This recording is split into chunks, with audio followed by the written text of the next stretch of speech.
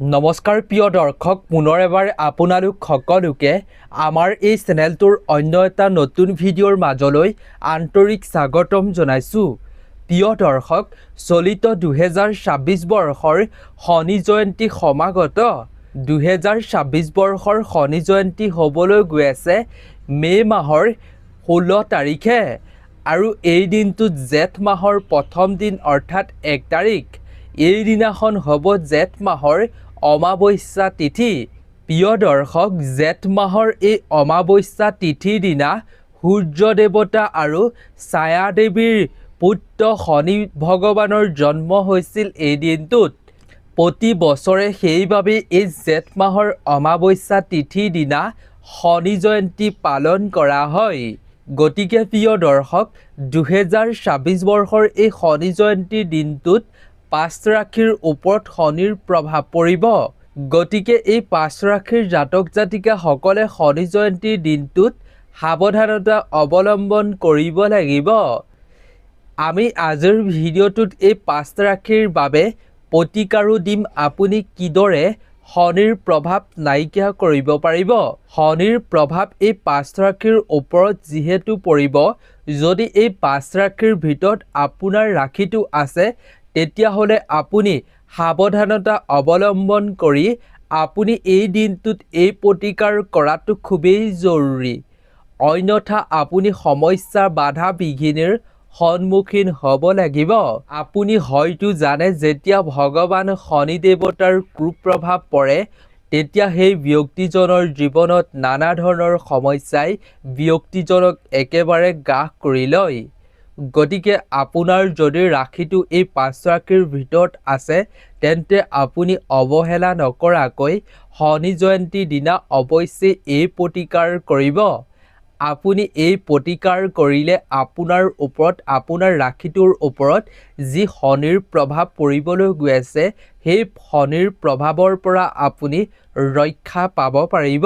গতিকে প্ৰিয় দৰ্শক, ভগৱান শনিদেৱৰ এই জন্মতিথিৰ দিনটোত কোন 5 ৰাশিৰ ওপৰত শনিৰ কুপ্ৰভাৱ পৰিব আৰু কিদৰে প্ৰতিকাৰ কৰিব আমি সুন্দৰভাৱে আপোনাক জ্যোতিষশাস্ত্ৰৰ অনুযায়ী শ্বেয়াৰ কৰিম এই ভিডিঅ'টোত।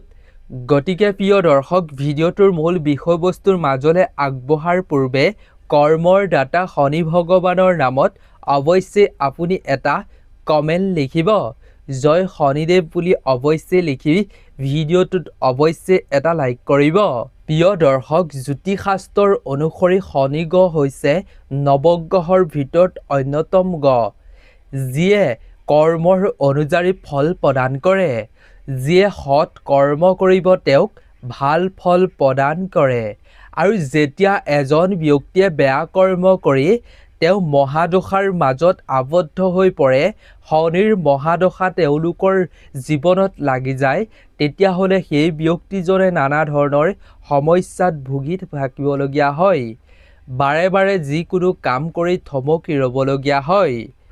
প্ৰিয় দৰ্শক, গ্ৰহ নক্ষত্ৰৰ পৰিৱৰ্তনৰ ফলত শনি গ্ৰহৰ কুপ্ৰভাৱ এই 5 ৰাশিৰ ওপৰত পৰিব এই শনি জয়ন্তীৰ দিনটোত। গতিকে এই 5 ৰাশিৰ জাতক জাতিকাসকলে এটা প্ৰতিকাৰ যদি কৰে এই শনি জয়ন্তীৰ দিনা, তেতিয়া সেই শনিৰ প্ৰভাৱৰ পৰা ৰক্ষা পাব পাৰিব। তেন্তে আহক আমি বেছি পলম নকৰি ৰাশিসমূহৰ মাজলৈ আগবাঢ়োঁ। প্ৰিয় দৰ্শক, 1 নম্বৰ ৰাশিটো হৈছে সিংহ ৰাশি। 2026 বৰ্ষৰ শনি জয়ন্তী 16 মে' আৰু জেঠ মাহৰ 1 তাৰিখ আৰু শনিবাৰৰ দিনটোৰ পৰা সিংহ ৰাশিৰ জাতক জাতিকাসকলৰ ওপৰত শনি গ্ৰহৰ প্ৰভাৱ পৰিব। যি প্ৰভাৱ 2027 বৰ্ষৰ 3 জুনলৈকে চলি থাকিব বুলি কোৱা হৈছে। গতিকে আপুনি এইখিনি সময়ত সাৱধানতা অৱলম্বন কৰিব লাগিব। সিংহ ৰাশিৰ জাতক জাতিকাসকলৰ ওপৰত শনি গ্ৰহৰ কুপ্ৰভাৱ পৰাৰ বাবে স্বাস্থ্যজনিত তেওঁলোকে সমস্যাৰ সন্মুখীন হ'বলগীয়া হ'ব পাৰে। লগতে জ্যোতি গণনা অনুসৰি কোৱা হৈছে, যদি কিছুমান প্ৰতিকাৰ কৰে তেতিয়াহ'লে তেওঁলোকে শনিৰ প্ৰভাৱ দূৰ কৰিব পাৰিব।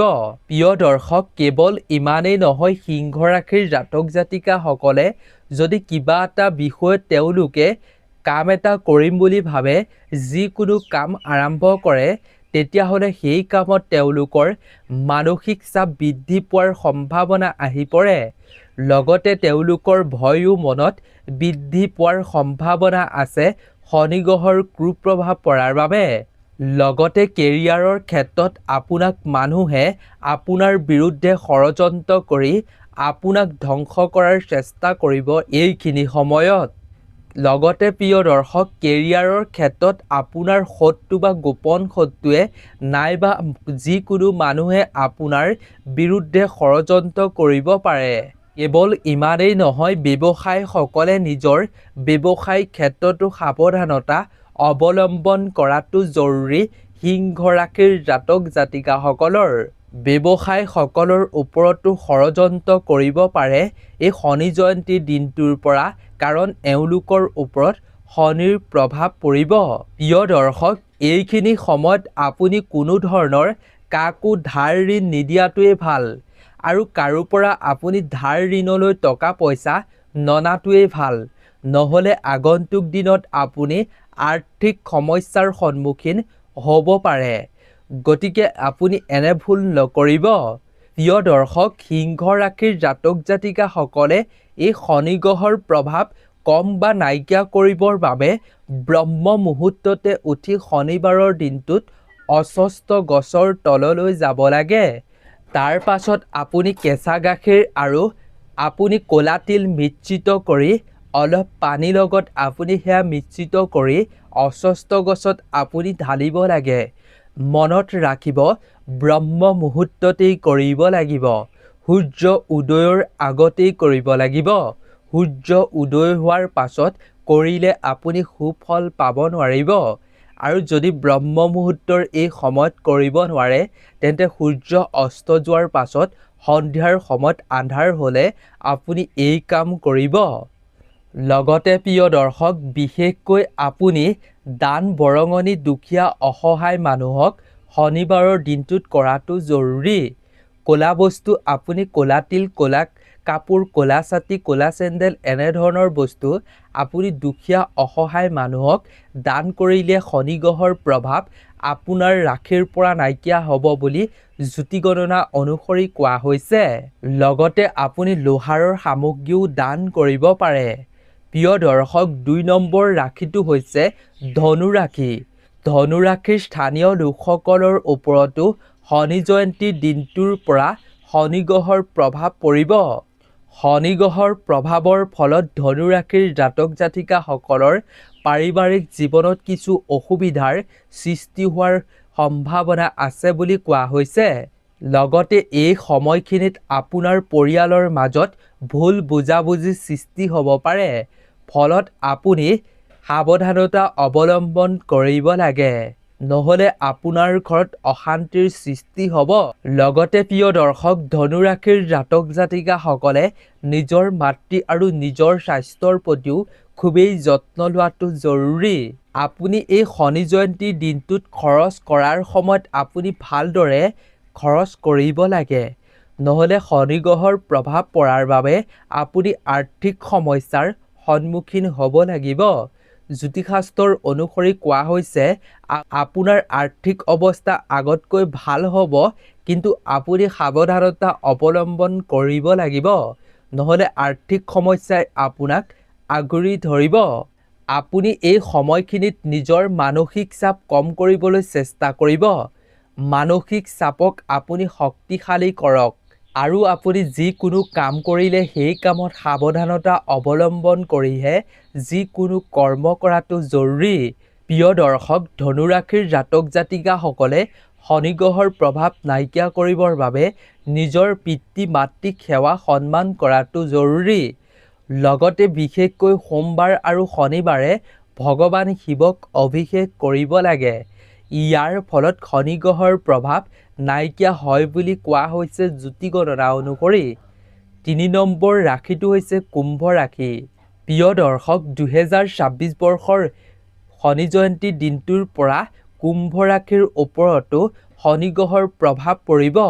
ইয়াৰ ফলত কুম্ভ ৰাশিৰ জাতক জাতিকাসকলৰ অভাৱনীয় খৰচৰ সন্মুখীন হ'বলগীয়া হ'ব পাৰে। কেৱল ইমানেই নহয়, সম্পৰ্কৰ মাজত তেওঁলোকৰ তীব্ৰতা আৰু দূৰত্ব অনুভৱ কৰিব পাৰে। সেইবাবে সম্পৰ্ক আপোনাৰ মধুৰ কৰিবলৈ হ'লে আপুনি সাৱধানতা অৱলম্বন কৰিব লাগিব। গতিকে আপুনি সম্পৰ্ক মধুৰ কৰি ৰাখিবৰ বাবে আপুনি বিশৃংখলতাৰে আপোনাৰ সম্পৰ্ক গঢ়ি তুলিব লাগিব। এই সময়খিনিত আপুনি আপোনাৰ আৰ্থিক অৱস্থাৰ প্ৰতিও সাৱধানতা অৱলম্বন কৰিব লাগিব। কুম্ভ ৰাশিৰ জাতক জাতিকাসকলৰ শনি গ্ৰহৰ প্ৰভাৱ পৰাৰ বাবে স্বাস্থ্যৰ প্ৰতিও সাৱধানতা অৱলম্বন কৰিব লাগে। স্বাস্থ্যৰ প্ৰতি যদি কিবা সমস্যা হোৱা দেখা পায় তেন্তে কোনো কাৰণতে অৱহেলা কৰাটো উচিত নহয় বুলি জ্যোতি গণনা অনুসৰি কোৱা হৈছে। কিয়নো প্ৰিয় দৰ্শক, ইয়াৰ ফলত আপোনাৰ ডাঙৰ সমস্যা হ'ব পাৰে বুলি কোৱা হৈছে। শনি গ্ৰহৰ কুপ্ৰভাৱ নাইকিয়া কৰিবৰ বাবে কুম্ভ ৰাশিৰ জাতক জাতিকাসকলে নিয়মিতভাৱে হনুমান চালিচা পাঠ কৰাটো জৰুৰী। শনিবাৰে শনি মন্দিৰলৈ গৈ ভগৱান শনি দেৱতাৰ সন্মুখত সৰিয়হৰ তেলৰ চাকি জ্বলাব লাগে। 4 নম্বৰ ৰাশিটো হৈছে মীন ৰাশি। মীন ৰাশিৰ ওপৰতো শনি জয়ন্তীৰ দিনটোৰ পৰা শনিৰ প্ৰভাৱ পৰিবলৈ আৰম্ভ কৰিব। ইয়াৰ ফলত মীন ৰাশিৰ জাতক জাতিকাসকলে কঠোৰ পৰিশ্ৰম কৰাৰ পাছতো এই ৰাশিৰ স্থানীয় লোকসকলে কোনো লাভান্বিত হ'ব নোৱাৰিব। তেওঁলোকে লাভান্বিত হ'বৰ বাবে বহু কঠিন হৈ পৰিব এওঁলোকৰ বাবে। অৰ্থাৎ জ্যোতিষশাস্ত্ৰৰ অনুসৰি কোৱা হৈছে, আপুনি যি কৰ্ম কৰিব সেই কৰ্মত যি কষ্ট কৰিব সেই কষ্টৰ ফল আপুনি অতি সহজতে লাভ কৰিব নোৱাৰিব। আপুনি যি কাম কৰিব, কষ্ট কৰিব, তাৰ মাজত আপোনাৰ বিভিন্ন বিষয়ত সমস্যা আহি পৰিব। পৰিয়ালৰ মাজত আৰু পত্নীৰ মাজত সংঘাতৰ সৃষ্টি হোৱাৰ সম্ভাৱনা আছে। সংঘাতৰ সন্মুখীন হ'ব লাগিব পাৰে। সেইবাবে আপুনি বিশৃংখলতাৰে নিজৰ সংসাৰ আৰু পৰিয়াল চলাই নিয়াটো খুবেই জৰুৰী। আপুনি যদি শনি গ্ৰহৰ কুপ্ৰভাৱ নাইকিয়া কৰি আপুনি উন্নতি হ'ব বিচাৰে, আপুনি যদি আমি কোৱা এই প্ৰতিকাৰ কৰি আপুনি কষ্ট কৰে, পৰিশ্ৰম কৰে, ফলৰ আশা নকৰি আপুনি কৰা কামটো যদি সৎকৰ্ম হয়, তেতিয়াহ'লে আপুনি শনি দেৱতাৰ কৃপা লাভ অৱশ্যেই কৰিব। শনিৰ প্ৰভাৱ নিজেই নাইকিয়া হৈ পৰিব। প্ৰিয় দৰ্শক, ইয়াৰ বাবে আপুনি ক'লা কুকুৰ এটাক আপুনি ৰুটি বা যিকোনো খাদ্য খুৱাব পাৰে। লগতে সৰিয়হৰ আপুনি চাকি বন্তি অস্বস্ত গছৰ তলত জ্বলাব লাগে। প্ৰিয় দৰ্শক, লগতে আপুনি যদি পাৰে তেন্তে সন্ধিয়াৰ সময়ত আপুনি শনিবাৰে চাহ দান কৰিব লাগে। এটা বাটিত আপুনি সৰিয়হৰ তেল ভৰাই তাত আপুনি তাৰ পিছত নিজেই চাওক আৰু তাৰ পাছত সেই ছায়া আপুনি দান কৰিব লাগে। এনে কৰিলে আপোনাৰ ৰাশিফলৰ পৰা শনিৰ প্ৰভাৱ নাইকিয়া হৈ পৰিব। প্ৰিয় দৰ্শক, 5 নম্বৰ ৰাশিটো হৈছে মেষ ৰাশি। মেষ ৰাশিৰ জাতক জাতিকাসকলৰ ওপৰতো শনিৰ প্ৰভাৱ পৰিব শনি জয়ন্তীৰ দিনটোৰ পৰা। ফলস্বৰূপে এওঁলোকৰ হঠাৎ খৰচ হোৱাৰ সম্ভাৱনা আছে। খৰচ বৃদ্ধি হ'ব আৰু এওঁলোকৰ স্বাস্থ্যজনিত কিছু সমস্যা হোৱাৰো সম্ভাৱনা আছে, যাৰ ফলত এওঁলোকে বিভিন্ন সমস্যাৰ সন্মুখীন হ'ব লাগিব। ইয়াৰ বাবে আপুনি সাৱধানতা অৱলম্বন কৰাটো খুবেই জৰুৰী। কেৱল ইমানেই নহয়, কেৰিয়াৰৰ ক্ষেত্ৰত আপুনি এই সময়খিনিত যথেষ্ট চাপ অনুভৱ কৰিব পাৰিব। আপুনি হয়তো নিজৰ প্ৰাপ্য ফলো লাভ কৰিব নোৱাৰিব পাৰে। আপোনাৰ হয়তো আত্মবিশ্বাসৰ মনত অভাৱো হ'ব পাৰে। কিন্তু আপুনি নিজৰ ধৈৰ্য আৰু কৰ্ম এৰি দিয়াটো উচিত নহয়। নিজৰ কৰ্মৰ প্ৰতি আপুনি ধৈৰ্য দি আগবাঢ়ি যাওক। আপুনি শনিৰ প্ৰভাৱ এইদৰে নাইকিয়া কৰিব পাৰিব। ইয়াৰ বাবে আপুনি প্ৰতিকাৰ কৰিব লাগে। শনিবাৰ আৰু মঙলবাৰে বজৰং বাণ আপুনি আবৃত্তি কৰিব পাৰে। দুখীয়া দৰিদ্ৰক আপুনি ক'লা বস্তু, আপুনি ক'লা দাইল, ক'লা কাপোৰ দান কৰিব পাৰে। লগতে ক'লা কুকুৰকো আপুনি যিকোনো বস্তু খুৱাই আপুনি শনিৰ প্ৰভাৱ নাইকিয়া কৰিব পাৰে। গতিকে প্ৰিয় দৰ্শক, আজিৰ ভিডিঅ'টো ইমানেই আছিল। আপোনাৰ যদি এই 5 ৰাশিৰ ভিতৰত ৰাশিটো আছে তেন্তে সাৱধানতা অৱলম্বন কৰি আপুনি আমি কোৱা এই প্ৰতিকাৰসমূহ অৱশ্যেই কৰিব। আমি এই ভিডিঅ'টো জ্যোতিষশাস্ত্ৰৰ অনুযায়ী প্ৰস্তুত কৰি আপোনালোকৰ মাজলৈ আগবঢ়াইছোঁ। গতিকে প্ৰিয় দৰ্শক, আমিও আশা কৰিছোঁ আপোনাৰ ৰাশিফলৰ পৰা শনিৰ প্ৰভাৱ এইদৰে উপায় কৰি প্ৰতিকাৰ কৰাৰ ফলত যাতে দূৰ হয়, তাৰ বাবে আমিও শনি ভগৱানৰ শ্ৰীচৰণত প্ৰাৰ্থনা জনাইছোঁ। গতিকে আজিৰ ভিডিঅ'টোৰ পৰা আমি বিদায় লৈছোঁ। আপোনালোক সকলো ভালে থাকক, সুস্থ থাকক, তাৰেই আমিও কামনা কৰিছোঁ। ধন্যবাদ।